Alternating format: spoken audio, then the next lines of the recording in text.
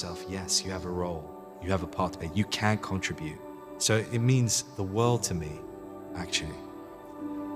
عندما كنت في هذه الصورة كنت محاورة وإعلامية ل5 كتاب، فكنا نتحدث عن موهبتنا بالكتابة وكيف أصبحنا كتاباً، والحمد لله نالت إعجاب الكثيرين. سجلت بالمنحة وهيدا أكتر شيء بحبه بالحياة، غير حياتي كلها، عطاني أصحاب لكل العمر. بالصداقة الحقيقية اللي بتلاقيها أنتو كبيرة، وهلأ بعرف أنه عندي أصدقاء للعمر من المهرجان لأنه it's just wonderful people. So I've been going to the Lit Fest for more than half my life, and the Lit Fest has played an extremely integral role in shaping the person that I am today. The Lit Fest is extremely special to me, and it's like my Disneyland. I remember Major Hazal Mansouri telling me that there was a space station which was called Mir, and I remember His Excellency Dr. Stan Neyadi telling me that my name in Russian means world. So that was extremely special to me, and it was an unforgettable experience. Every year I wonder, what is it that we're going to do next? Because you know that it's going to be something spectacular. And there really isn't another word for it other than spectacular, other than something that we didn't think was possible, but now we know to be entirely possible. I can't wait.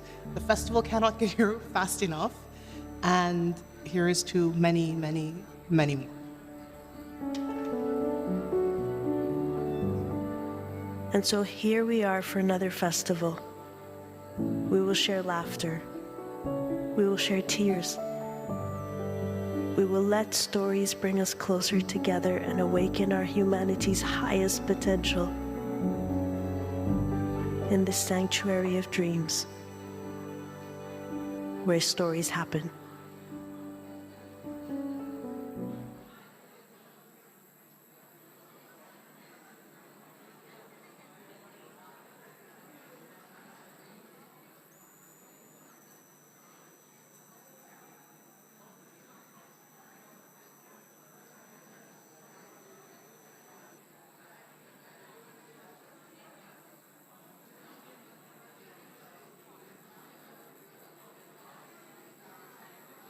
We've got to work out how those grants then evolved into this remarkable linguistic capacity that we have that we have today. And it probably happened in lots of slow stages. But trying to piece the evidence together, we need to look at not only the fossil evidence for how the vocal tract develops, the artificial evidence for how people are behaving, but also draw on modern-day linguistics, neuroscience and genomics, and try and piece all those puzzle pieces together, which is why I call it a language puzzle. And some argue there's a greatest puzzle in science we've got to understand how language evolved. And when we're looking at the steps in the evolution of language, are we looking at changes in the brain, or are we looking at a situation whereby the architecture was already there and we just learned how to do a new trick? No, I think we're definitely looking at everything, in fact, because when you speak, you've got all this amazing stuff happening in your brain. You're finding the right words, you're putting them in the right order, you're using the right intonation, you're responding to what somebody else is saying. But it's also part of your body as well, because you've got huge control of your muscles in your vocal tract and your breathing to be able to actually generate those words and make them sound right. So looking at in evolutionary terms, we've got to look at both the evolution of the human body and the evolution of the brain. And the brain's got two aspects to it. It's got increasing size, so you've got actually the cognitive capacity, but probably more importantly is how it's all networked inside. And of course, as an archaeologist, I can look at how brain size gradually gets larger through time, but trying to work out how the neural networks inside are connected up to deliver the most sophisticated type of language that we use today is a bit more of a challenge, but that's where modern genomics is really contributing now. Now that we can see the difference between, say, Neanderthal genomes and modern human genomes, we can see that some of the differences are probably related to the last stages of our language capacity. Right. I mean, this feels like the sort of question that you'd ask someone in sort of a kitchen after a trip to a nightclub, but nonetheless, I'm going to ask it anyway. Does that mean that if you could sort of go back to our caveman ancestors and bring one as a baby to the world today, they wouldn't necessarily be able to learn to speak as you and I can speak? Yeah, I mean, that would be great experiment to do, totally unethical and all that business. And people did try it, That's not dissimilar to what people did in the 1950s with chimpanzees. They put them in families and tried to get them to speak like humans. I mean, now it would never pass any ethical test at all. But imagine if you brought a baby Neanderthal, put him into your family, and let him grow up in that surroundings.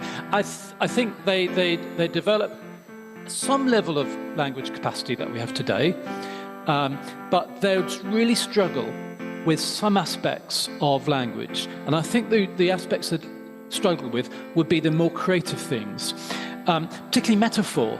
When you're just chatting on the politics just now, you had metaphor after metaphor in what you're saying. Like you said, I was struck by something in the budget, and Suella Braverman was sacked, and suddenly you're talking about Kylie Minogue and things.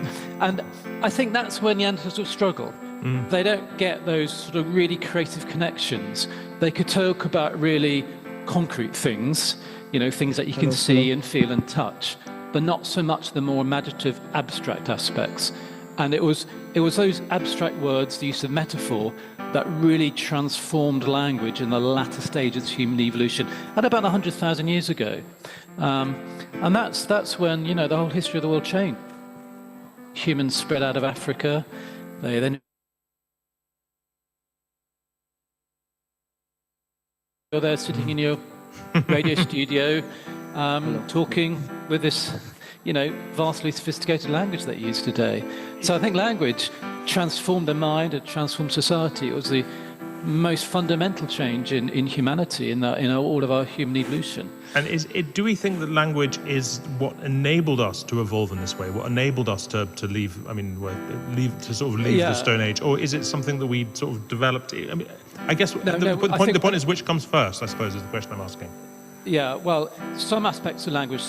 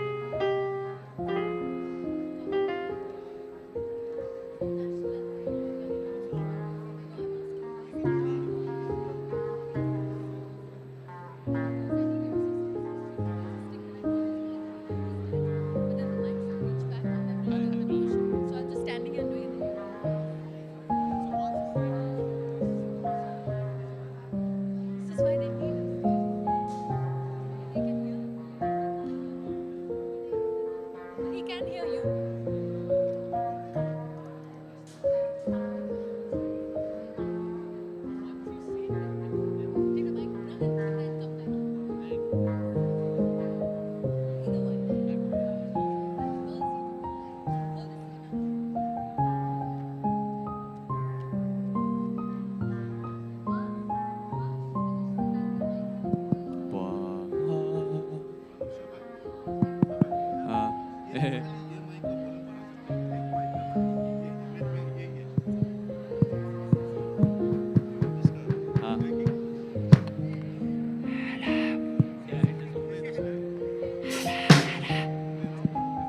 Hello, hello.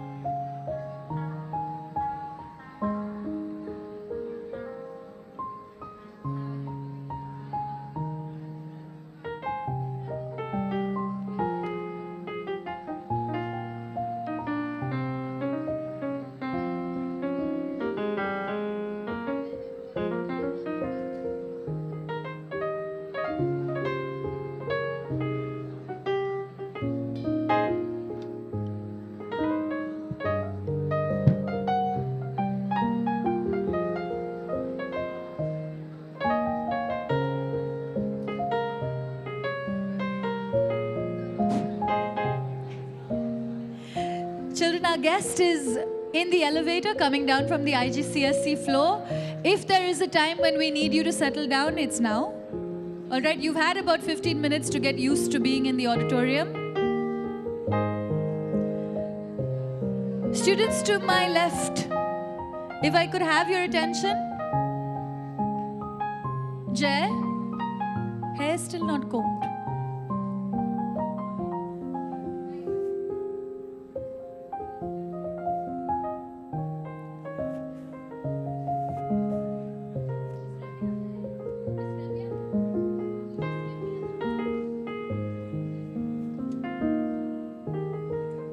Please stand and rise to welcome our guest children with a loud round of applause.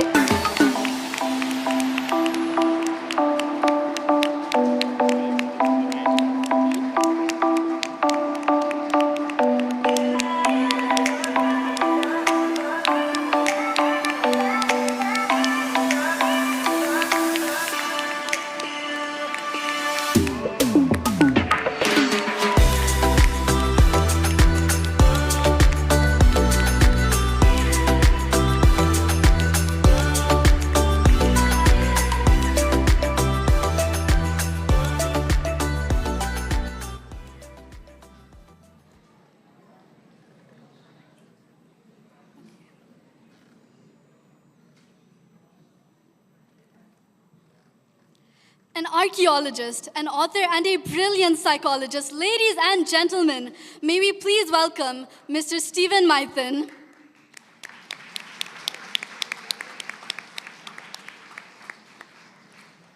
Thank you so much for joining us. You are a true visionary whose stories have shaped generations of imagination and truly reminded us of the importance and the magic of storytelling.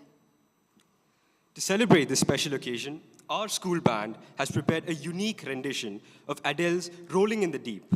This version is all about the joy of reading, how books can transport us to new worlds, fill us with inspiration, and open endless possibilities. Please join me in welcoming our school band as they bring this joyful celebration of reading to life.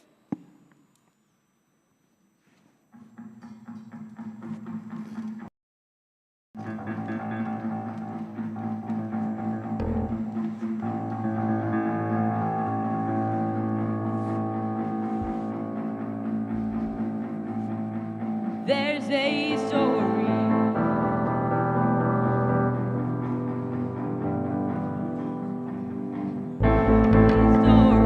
waiting to be told, waiting for all of us, whether we're young or old. The story isn't there if you take a look. Go ahead and open up the pages of a book. If you ask me, I will read with you. Don't underestimate the things that books can do. There's a story waiting to be told, waiting for all of us, whether we're young or old. Stories inside can open your mind. They've got me wishing now that I could read them all. The stories inside can take you for a ride. I can't help feeling that you could have it all if you love to read. The stories that just turn the page, you can find it in a book. Books, they have a story they will tell. Comedy, comic, romance, and poetry as well. When I'm feeling like there's no place for me, I feel I'll always be at home in the library. Stories inside can open your mind. They've got me wishing now that I could read them all. The stories inside can take you for a ride. I can't help feeling that you could have it all if you love to read. The stories that just turn the page, you can find it in a book. I wish you read that you could have it all. That you could have it all. It all, it all, it all, it all. That you could have it all if you love to read. The stories that just turn the page, you can find it in a book. That you could have it all if you love to read. The stories that just turn the page, you can find it in a book.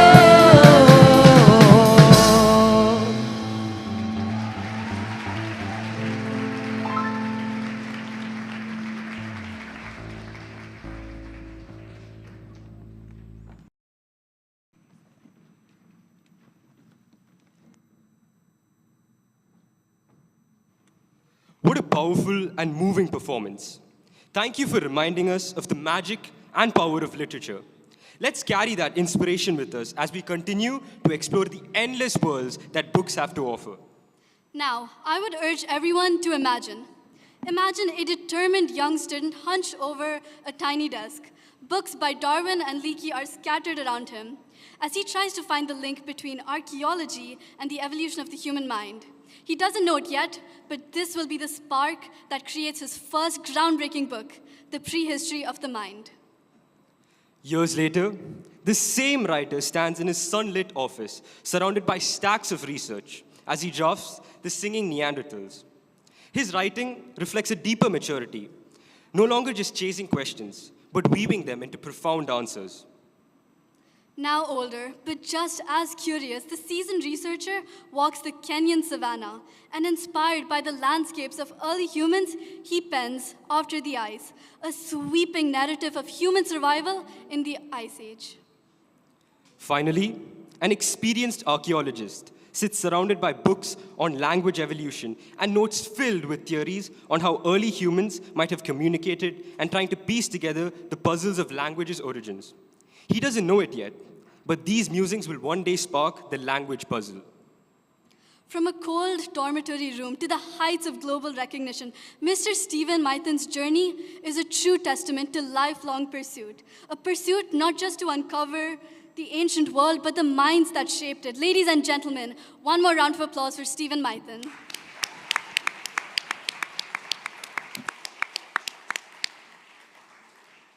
And with lots of joy, may we please invite our esteemed principal, Ms. Fatima Martin, to address the gathering and welcome Professor Mithen.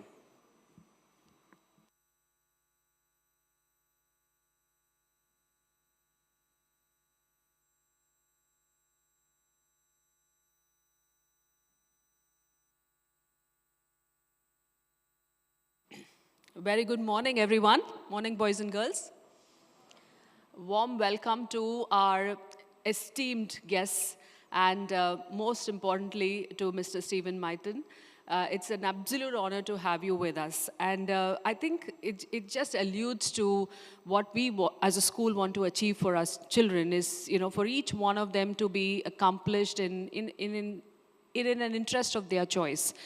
So among us, I know among our students, we have students who love to sing, students who love to play a sport, and many of them who love to read. I think almost all, or all who love to read. And there are some who have their works published, as you have seen. But I think what's going to happen today is really understand the nuances of writing to a larger audience.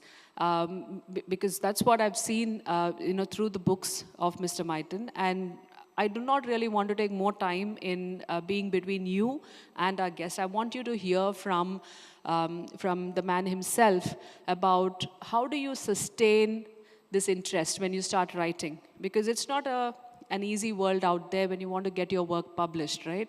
There's a lot of writers, there's a lot of books. How do you get your work to stand out? And in the midst of all of these challenges, how do you sustain that discipline of writing every day?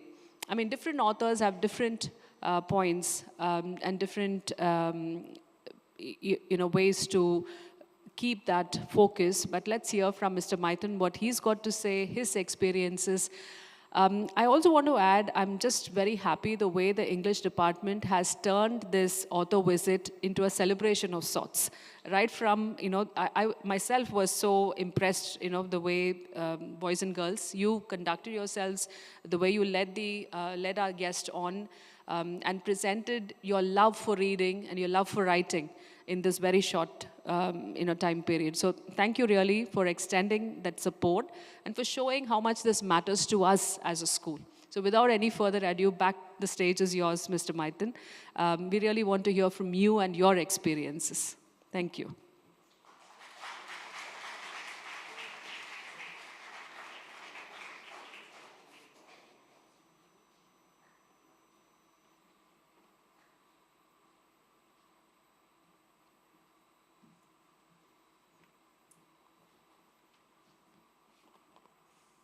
Well, good morning. It's such a delight to be here. I feel almost overwhelmed by the kindness of your welcome. And just in the last 20 minutes or so, I've experienced some of the things that are of most important to me personally in my life, and I believe to society as a whole.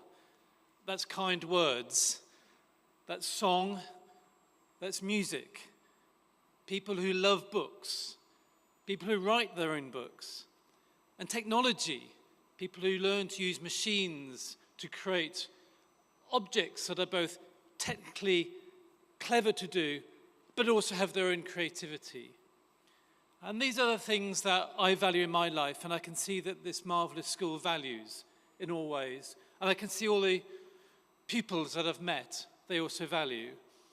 And the things that's most impressed me most so far is the eloquence of speaking, just the words of welcome, how you're so articulate in the use of language. And language has been the subject of my most recent book. Let me tell you a little bit about that and why it intrigued me before I talk about those issues about how to sustain writing and why it's important, and both the beauty of doing it, but also the hard work it needs. I don't think I'll use these slides. I don't think I need them. Okay, so maybe we could just go back to the picture if we can, because I don't think I'll. Well, we can leave that one on maybe. Okay, let's just leave it there. I don't think I'll use the other slides. Let's talk about language for a moment. Language is the most important skill, unique attribute any of us have, because we use language for almost all tasks in the world. Of course, we use it to communicate. We use it to exchange ideas, to exchange our thoughts, and also to change our feelings and our emotions. We do that not only in the words we say, but how we say them. I saw a beautiful artwork earlier of pictures of emotions. And of course, when we speak, our face changes, our body gestures change. We communicate not only the words, but also all our movements, our gestures, and our expressions. How is it? And at the moment, we've all been speaking English, but I'm sure within this room there are many different languages that are spoken. Tens, maybe more than that. I expect some of you speak more than one language. How many of you speak 2 languages, 3 languages? Wow, look at that. 4 languages? Do you know which the most popular languages are in the world, the ones that are most widely spoken? Which ones? Mandarin, yes, one of them. English is the other.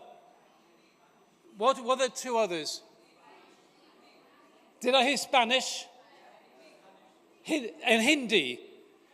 That's right. They're the four most widely spoken languages in the world. English, Mandarin, Spanish, and Hindi.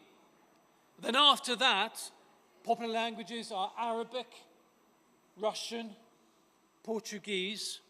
Those top 4, there's more than 500 million people in the world speak those languages. They're huge. But of course, all those languages have many different dialects. And any one country can have so many languages. Take India. India has 19,000 different languages and dialects. And of course, what one person might say as a language, somebody else will say as a dialect. So Mandarin might have lots of different dialects within them. English has about 12,000 different versions in the world. But it's in India where we actually have the highest density of languages and dialects of anywhere. Now, the most remarkable thing about languages is that we use it effortlessly. When we speak, we're almost making unique phrases that nobody has ever said before. We can all think up of crazy ideas like the moon is made of a blue baboon.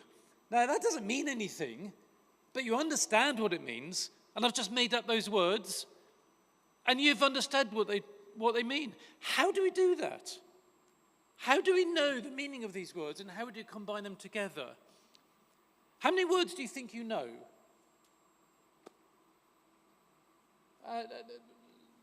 Anybody want to suggest? How many words do you think you've got in your head? Billions? No, not billions. Not billions. I think for your age and education, you probably all know about 50,000 different words. These are either words or roots of words and developments of words. Where do you keep them all? Where do you find them all? How do you access them? These are the big questions that have driven my latest book.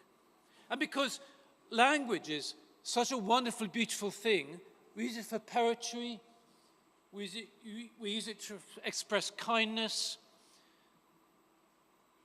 but it's also such a very dangerous thing. We can use words to annoy people. We can use words as a form of abuse and a form of violence. Wars have occurred because of the words that people said. We heard some lovely singing when we came in this school. People were quoting some of the songs of Bob Dylan. And of course, he was a master of using words in poetry, in meaning, to express anger in the world at the same time as love in the world. So language, it seems to me, is the most remarkable things we have. And what I began wondering about, maybe 30 years ago, is where did language come from? Now, you might know that your language, you learned it from your parents or your siblings or the community you lived in. But where did your parents learn their language? Well, from their parents, and so on right down the generation. But where did language start? Where did it come from originally? Because this seems to be a really huge question. If we look at all the other animals in the world, none of them have language like we have.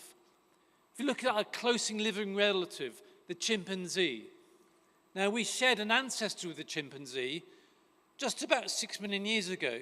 That's not a long time ago in the history of the Earth. But chimpanzees, they don't have anything like language.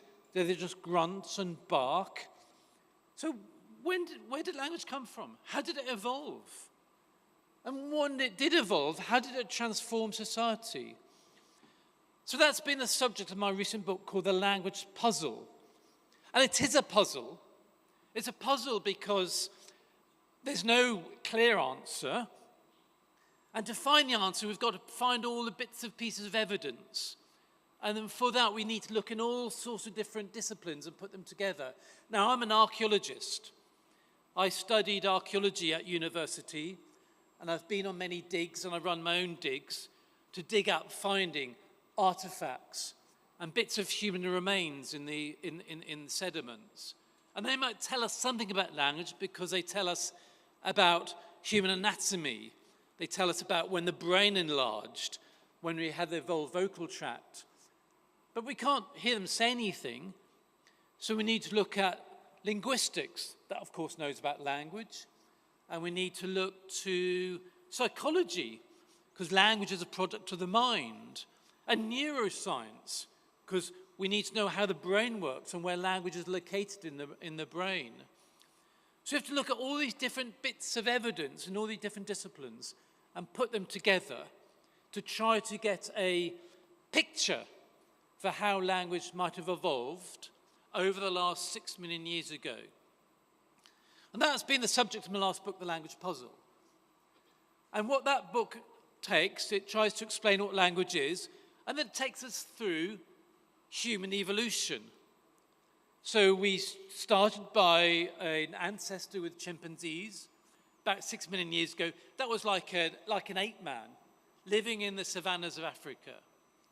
Then gradually, over millions of years, we learned to walk on 2 legs. We learned to make tools. Our brains enlarged. And gradually, over those millions of years, we gradually learned or acquired the capacity of language. We began communicating with words. But of course, our ancestors probably communicated with different types of language than we do today. One of the big issues is about the Neanderthals. I'm sure many of you have heard about the Neanderthals. They lived in Asia and in Europe from about 300,000 years ago till about 50,000 years ago. They've gone extinct now. We're the only type of humans left on the planet. And whether they had language or not has been debated by archaeologists and anthropologists for many years. I think they did, but a much simpler type of language that we had. So my challenge in my last book was trying to piece all those bits of evidence together. And the two who spoke here at the beginning, and imagine me sitting in my office, surrounded by books and academic papers and journals published by all sorts of different scientists and archaeologists and poets and philosophers. That was brilliant. That was exactly how it was like. Along with things that I've dug up and found that inspire me. Because I think to write, you've got to have your own personal inspiration. Yes, you can draw on the work of others. You can read the books or discoveries about other people, from other people. You can read their own stories, whether it's fiction or non-fiction. But ultimately, you need to be really driven yourself. Sometimes the way to write is not to write. It's just to sit down very quietly and to think, to find out what it is that you really want to write about, what really drives you. And this last book, it was language that was really driving me. But before that, I've been driven by other things. I've been driven about how did people live in the past? Or how do people have imagination? And once you get that kernel in your mind, you almost become a bit obsessed by it. And writing is undoubtedly hard work.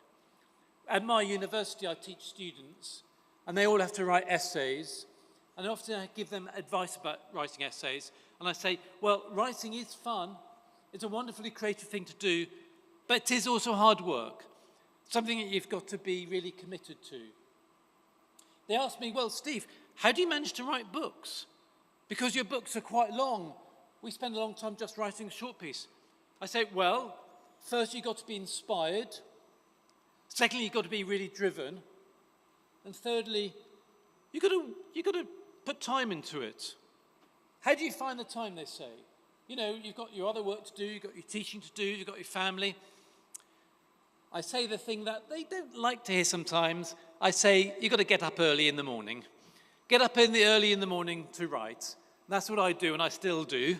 Even at this wonderful literary festival I'm at in Dubai, I get up quite early, about 6 o'clock, and I spend some time thinking and writing, because you know your brain works best in the morning. Your brain works best after sleeping, getting up, and those first 2 or 3 hours in the day. That's when you do your best writing.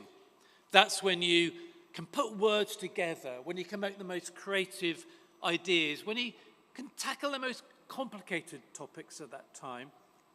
And then later in the day is a time to read back your work, and you correct it, and you edit it. Because writing isn't just you do it once. You write a page, a chapter, or a book, then you have to rewrite it, then you edit it, then you give it to somebody to read and say, what do you think about this? They say, yeah, that bit's good, but that doesn't make sense. So you take their advice and you edit it. So you write, you rewrite, you edit, you listen. You listen to what people say, you take advice. Because one of the challenging things with writing books, or writing anything, it's very easy to write it for yourself, but you've got to remember you're writing for others. You've got to think, what do others want to read? What do they want to know? What do they know already? Now, from my point of view as an archaeologist, or any scientist, they'd have a very special vocabulary. So in archaeology, I have lots of terminologies that are special to the discipline. I talk about the Paleolithic period or the Neolithic period, or our ancestors like Homo heidelbergensis or Homo erectus. So these are quite long technical words that won't necessarily be widely understood. So in writing, you have to find a way to convey that technical language to people who don't necessarily want to read technical language but don't understand it. But at the same time, you don't want to dumb it down. You want to educate as well as entertain. So as harmony writing, you've got to step into somebody else's mind. You've got to say, I've written this, and if I give it to somebody, what of that would they understand? What would they enjoy? I need to nudge them a bit. I need to educate them. I need to tell them something they don't know before. But they've got to find it entertaining to read, because what I need them to do is read the next page and the next page. Now, in my writing, because I write non-fiction, I not only write the text, but I put lots of notes in at the end, because they're the notes for people who want to know more about a subject. So I might say English and Mandarin and Hindi and Spanish are the most widely spoken languages in the world. They have about 500 million speakers each. Then I might put a little note, and then you can turn to the back of the book and read about some of the other languages and why these are the most popular languages, why they have the spread. Because you've always got to cater for people who want to read the basic bits and want to delve more into the discipline. Because ultimately, what I want to do with my work is inspire people. I want to inspire people to become writers and archaeologists and linguists and whatever they want to be. Because that's the magic that books can give. Whether they are non-fiction books like I write about language and the past, or whether they are fiction books about stories. We want to excite others. We want to excite others to be able to find what they want to be, to do their own writing, and to make their own contributions to making the world a better place and making themselves better people. And I can see that at this school, that's exactly the ethos of the school. Because just walking around, I've seen some beautiful artworks, I've seen some beautiful words. I can see that there's lots of inspiration within the pupils here, and especially within the teachers. And I feel so privileged to have come here today to be able to talk about my writing. And I hope that you've found this of interest, and I really encourage you to continue this wonderful work and creativity doing in the school. The thing I've most liked is hearing about your young authors who've written their own books. Because I remember when I had my first book published, and it was such a thrill to see it in covers. And I remember walking down the high street, and I saw it in the bookshop on the cover. It was just incredible, because I didn't actually believe it until I'd seen it then. I'd encourage you all to do that, to maintain writing your own books, getting them published, taking the enjoyment out of it, but thinking very carefully about what is it I want to say, what do I want people to know, and enjoying it and also working hard. Because if you don't work hard, you won't achieve. Thank you very much for giving me this opportunity to speak to you today.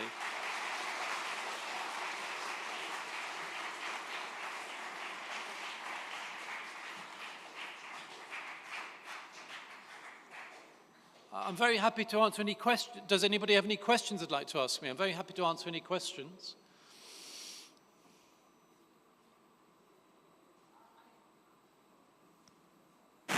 I do think they have a panel discussion or a Q&A. Right, lovely. Ms. Swastika or Ms. Rayan? Okay, oh yes. Do we have students asking questions? Is Meenakshi backstage? And Ryan is going to, take the mic across. So you can already see one hand up for a question. So, well, let that be the first question.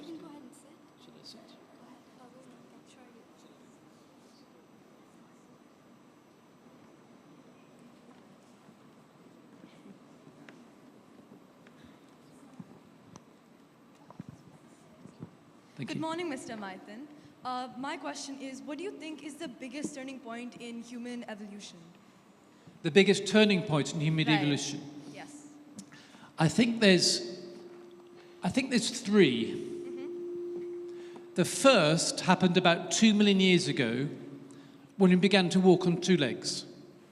Before that, we'd be walking on sort of four legs effectively, a bit like chimpanzees, and doing lots of climbing in trees. When we began to walk in two legs, it changed everything, because it freed our arms, freed our bodies to make tools. It changed how we breathe, and that enabled us to develop language. And it also enabled our brains to get larger. So walking, or bipedalism as we call it, was one massive turning point. The second was when we invented fully modern language, like we use today. That was at about 150,000 years ago, so it was very recently. And once we developed modern language, with all the words and grammar that we have, with the use of, particularly use of metaphors. I think metaphor is really important in language. That really gave us this creative ability to tell stories and to think in different ways. And I think that's when science started. Then the third turning point was at about 10,000 years ago, when you invented farming and agriculture. Because before that, everybody lived by hunting and gathering. And when we invented farming, that was the first time that people began living in villages, and then towns, then the early civilizations is when trade began around the world. And just in 10,000 years, we've gone from living as mobile hunter-gatherers to building cities like Dubai today. And I think that was another key turning point. And that actually is a subject of a book I'm writing at the moment about the development and a history of farming and how it changed the world. So thank you for those questions. Walking on two legs, modern language, farming, the three turning points in history.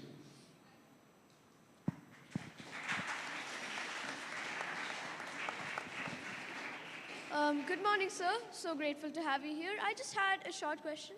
So you have written books and you have researched into the cognitive development of humans, and I was just able to read a snippet of your book, The Singing Neanderthals. I just wondered, do you think there was a connection between storytelling and the development of modern language and culture? Yes, I do. I think storytelling is so important. And I'm sure language initially evolved partly to tell stories. Because when we tell stories, okay, they're fun and interesting, but often we're passing on really important information about our families, about the past. If you look at if you look in some of the earliest archaeological sites in Africa and in Europe and in Asia, some of the most important are we find fireplaces, and around fireplaces are big stones, and sometimes around those we find little drawings made on stones. I think those are the places where the first stories were told. We find these sites from about 150,000 years ago, like in big caves. And people came back to these and built fires at the same place again and again and again. And I think that's where they were telling stories. Now, we don't know what those stories are. They're lost to us. But sometimes we get a hint. Because if you go to the caves in France and Spain, you can see marvelous paintings on the walls of animals, like mammoths and bison and horses. And I'm sure they were the pictures from the stories that they're telling. And sometimes in those caves, you find lots of footprints in the mud, and often children's footprints. And I think they were taking children there and telling them stories about their myths, about the past, and using those paintings as part of them. So storytelling is really important. And we've always got to keep on telling stories to each other, because storytelling is the best thing in life.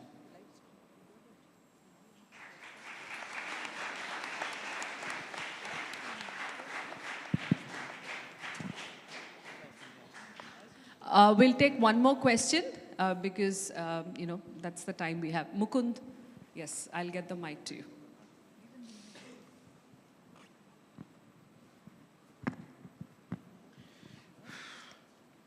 A very good morning, Professor Mithen. My question was, how important, according to you, is international collaboration when it comes to archaeological research and finding new fossils? Sorry, could you just repeat that? How important is international collaboration when it comes to archaeological research? International collaboration is just essential. Yeah. Archaeological research is a really challenging type of research to do. I've excavated sites mainly in Jordan, but also in Scotland. I've also done work in Italy and in China and other places. International collaboration is essential for numerous reasons. First, often you're going into somebody else's country to excavate. So obviously you've got to collaborate with people in those countries. It's their their archaeology. So in Jordan, I obviously collaborate with the Department of Antiquities there. But not only with them, but also with the local people who live in the desert landscape where we're going to excavate, the local community, because it's their archaeology as well. But then archaeology isn't just digging things up from the ground. It's also analysing those artefacts once they've been excavated. And that requires lots of different sorts of technical skills, lots of scientific skills. So, for instance, we excavate the remains of animals, animal bones. Now, I need a zoologist to identify what those animals are. And then those animal bones we often need to analyse the chemistry of the bones or extract the DNA from those bones. So we need other scientists. And then we excavate art objects. So I need art historians to tell me about those, or plant remains, or stone tools. So we end up dealing with lots of different particular skills. Now, you're not going to find those skills in one single university. You need to have people working in all sorts of different universities around the world who contribute. So in my excavations at the moment, we have people working in Jordan on the material. I have people working in Israel on the material. I have people working in Denmark and Copenhagen, in Oxford, and at my university. And we get together in conferences and workshops. Nowadays, we can all do it using Zoom or MS Teams, and that's made life so much easier. And then also, we meet in international conferences. So I've recently come back from China, where I was meeting with people, with Chinese archaeologists, and that also had some from Africa and America. We're all discussing the same topics about early farming, the Neolithic, finding out our views and what each other people are knowing. So international collaboration is absolutely essential, because ultimately we're finding out about the history of humanity. We're not finding out about the history of one culture or one particular society. What we want to know about the history of the whole of humanity, and that's something that we all share across the world, whatever language we speak, whatever ethnicity we have, whatever country we come from.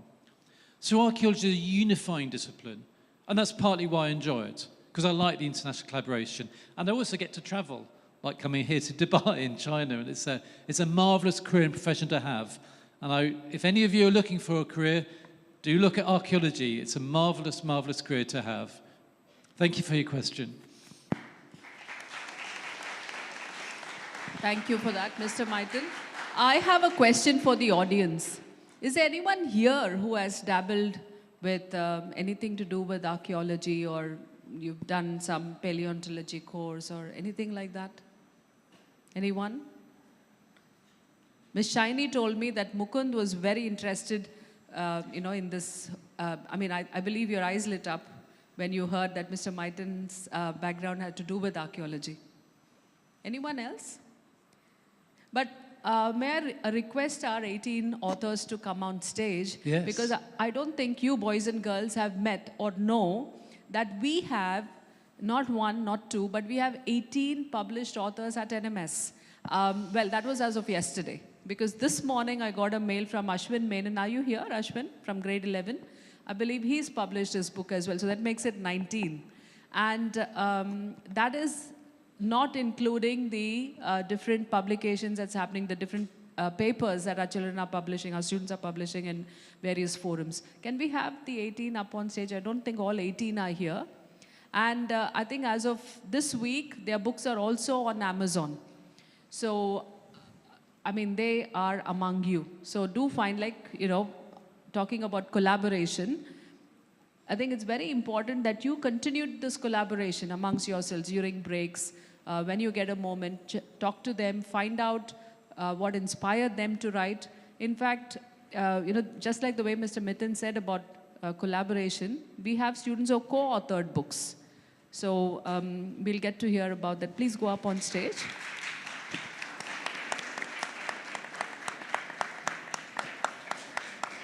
I think Alan is not here. Alan Abhilash he's now in grade 7, but he published his book when he was in grade 6. And I thought he was the youngest author, but just last week I was in grade 3, and one of these boys said, "Ma'am, I've written about 25 stories already." So I'm yet to go find out, and read his stories, so I wouldn't really know who's the youngest here. But all of them have a book, and it's really fantastic read. These books are on a different shelf in the library. So if you're visiting the library and you want to know more about these books, the books are already there in our library, or ask Ms. Bava and she will tell you.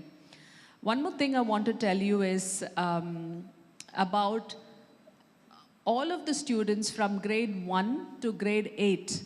They are engaging in, every single one of them is writing a book. And we are part of the big project of the World Literacy Summit. I don't think you will know it, because this is from grade 1 to 8. So this is going to be, at the end of the day, this, part of this one big project. But every student has a book from grade 1 to grade 8. They're almost, I think, 60% through, right, Ms. Rian? About 60% through. And they will, the books will be on our school's online library. It'll be attached to our website. So the books will be available for everyone to read. And that's going to be an amazing project. I can't wait to see it happen. What is the deadline, though, for that? Is it April?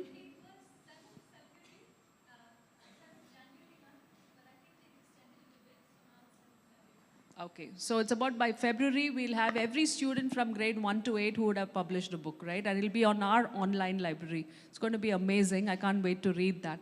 But put your hands together for our published student writers. Amazing.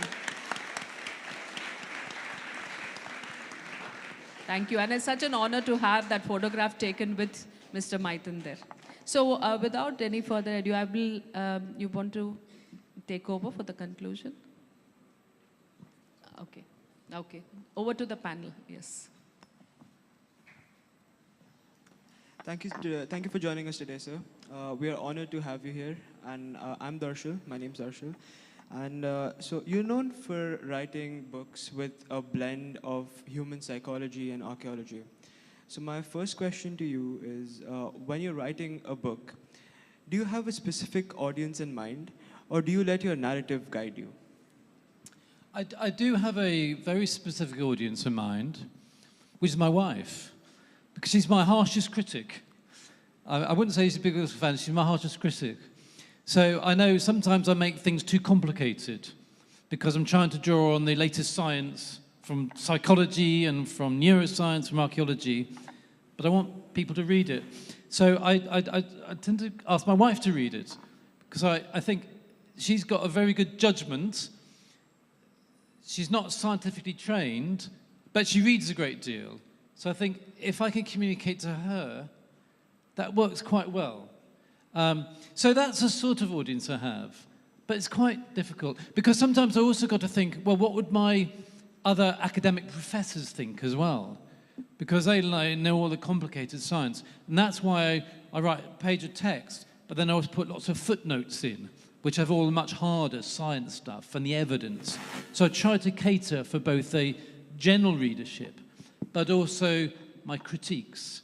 Because my books get published and people write reviews of them and they say, well, we don't believe that, but that's quite good.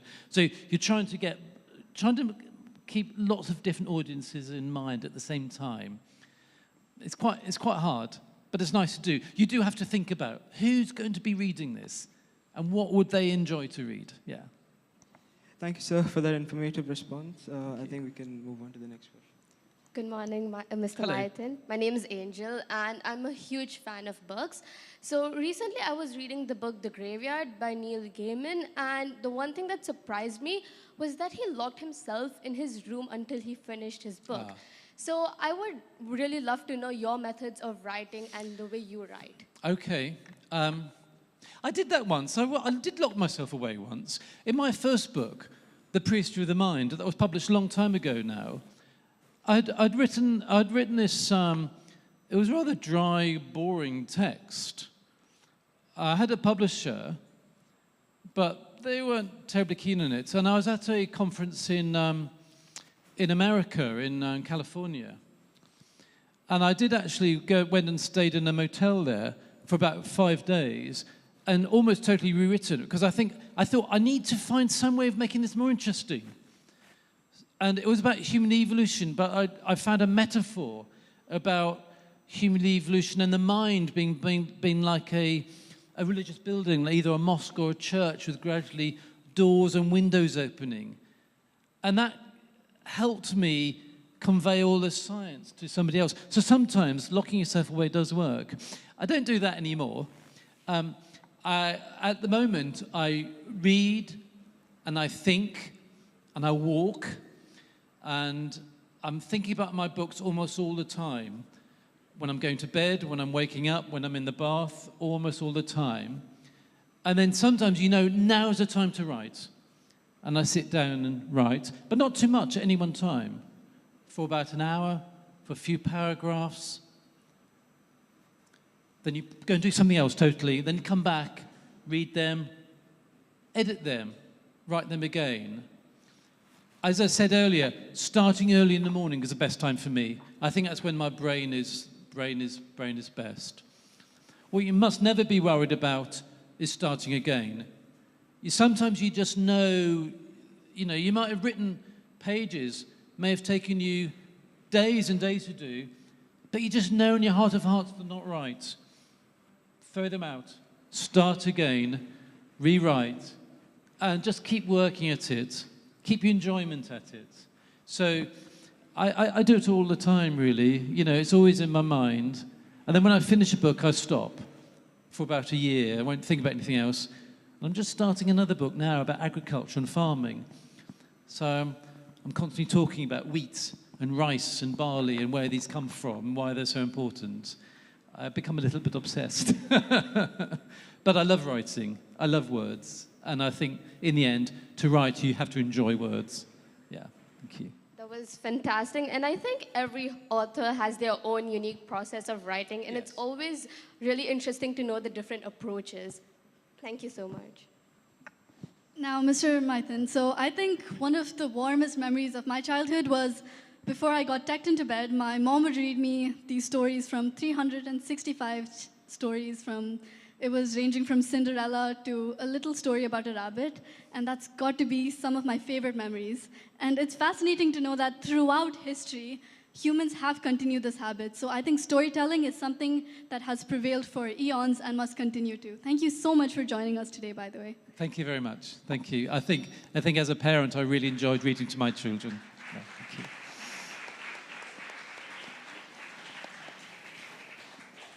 Professor, before we conclude, we'd like to invite you to sign a few copies of your book. Thank you. Provide our students with the opportunity to meet with you and share their ideas with you as well. That would be very nice. Thank you. Let me now here thank you all for this wonderful entertainment we've had today, the wonderful insights into your school, and hearing about all of your experiences, and congratulating you all, especially the young authors. I'm so impressed with those. Thank you very much indeed.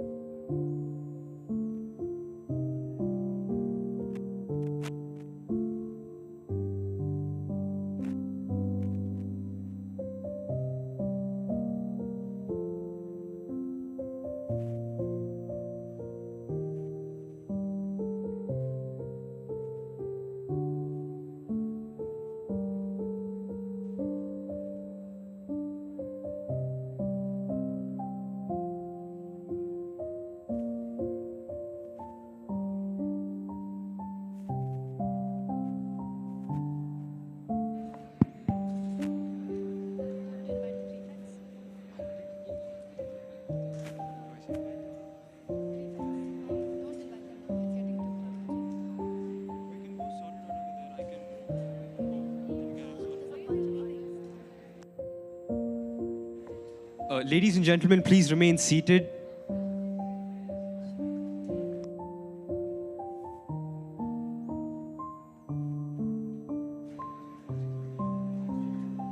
Can we all be seated, guys? Please sit.